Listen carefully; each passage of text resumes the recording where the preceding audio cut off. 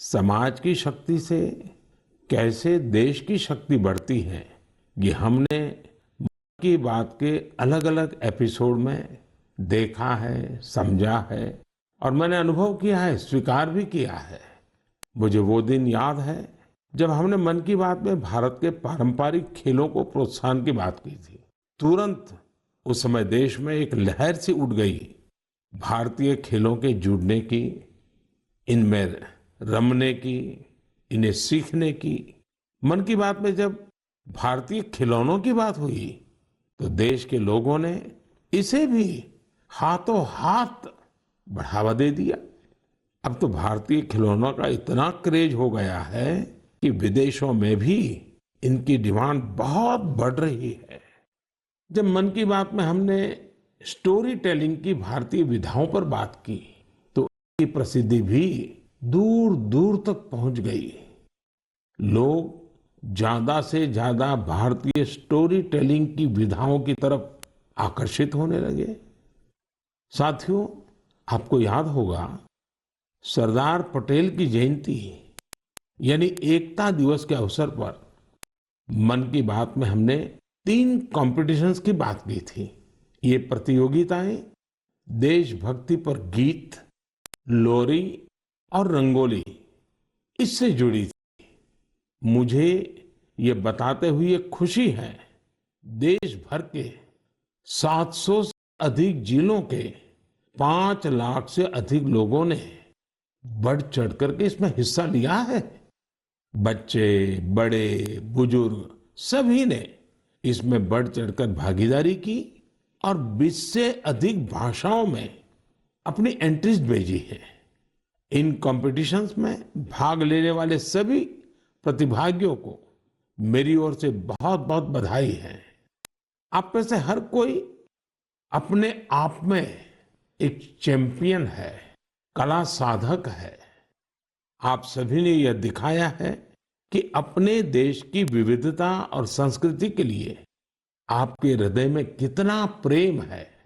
साथियों, आज इस मौके पर मुझे लता मंगेशकर जी, लता दीदी की याद आना बहुत स्वाभाविक है, क्योंकि जब ये प्रतियोगिता प्रारंभ हुई थी उस दिन लता दीदी ने ट्वीट करके देशवासियों से आग्रह किया था कि वे इस स्पर्धा में जरूर जुड़े।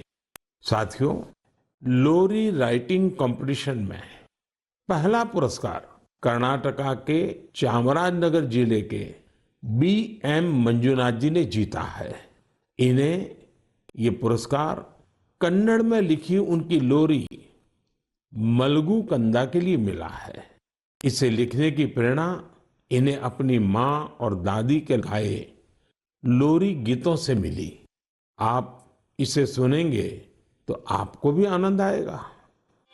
मलगु कंद मलगु ಕೂಸೆ ಮಲಗು ನನ್ನ ಜಾಣ ಮರಿಯೇ ಹಗಲು ಕಳೆದು ಈರುಳು ನೆರೆದು ನಿದಿರದೇವೆ ಬರುವಳಯ್ಯ ತಾರೆಗಳ ತೋಟದಿಂದ ಕನಸ ಕೊಯ್ದು ತರುವಳಯ್ಯ ಮಲಗು ಕಂದ ಮಲಗು ಕೂಸೆ ಜೋ ಜೋ ಜೋ ಜೋ।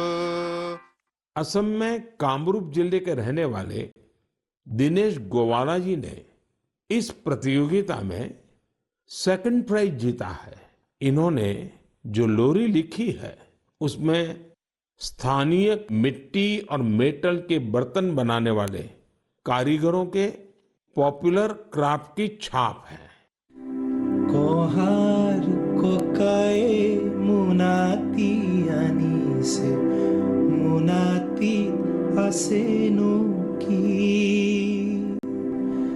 खुली साई देखिलो कोहारोर मुनाती मुनाते आसे बानबाती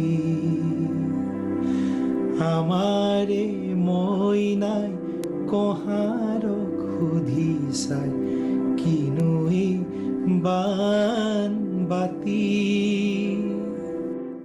गीतों और लोरी की तरह ही रंगोली कंपटीशन भी काफी लोकप्रिय रहा।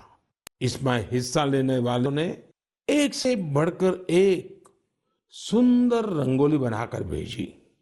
इसमें विनिंग एंट्री पंजाब के कमल कुमार जी की रही।